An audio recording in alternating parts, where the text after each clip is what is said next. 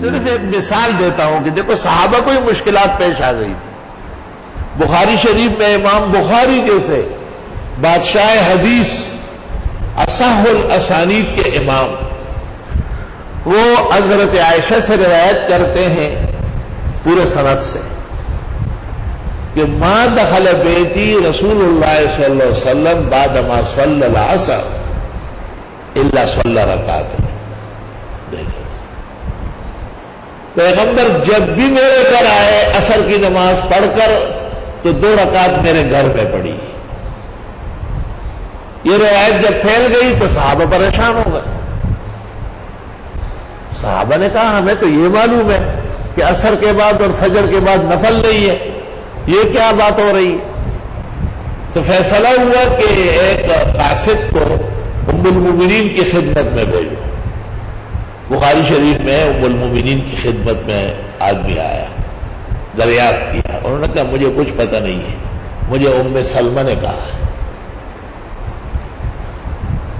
ام سلمہ رضی اللہ تعالی عنہا کی خدمت میں صحابہ نے پھر اس قاصد کو بھیجا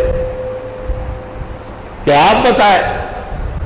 ام سلمہ نے کہا کہ میرے گھر صرف ایک دفعہ آئے اور آپ نے عصر کے بعد نماز پڑھانے کے بعد میرے گھر آئے اور 2 رکعت پڑھنے لگے. جب آپ فارغ ہوئے تو میں نے پوچھا کہ حضرت آپ نے تو عصر کے بعد نفل منع کیے ہیں اور آپ 2 رکعت پڑھ رہے ہیں. تو حضرت نے کہا کہ شغلنی وفد عبد القیس عن الرکعتین اللتین بعد الظہر فہما ہاتان. بخاری و مسلم ترمذی. عبد القیس کے مہمان آئے تھے، وفد عبد القیس، ان سے ضروری باتوں میں لگ گیا، ظہر کے بعد والی سنتیں رہ گئی تو میرے لیے اجازت ہے کہ وہ سنتیں اس وقت لوٹاؤں، باقی عصر کے بعد نوافل کی حرمت قطعی ہے.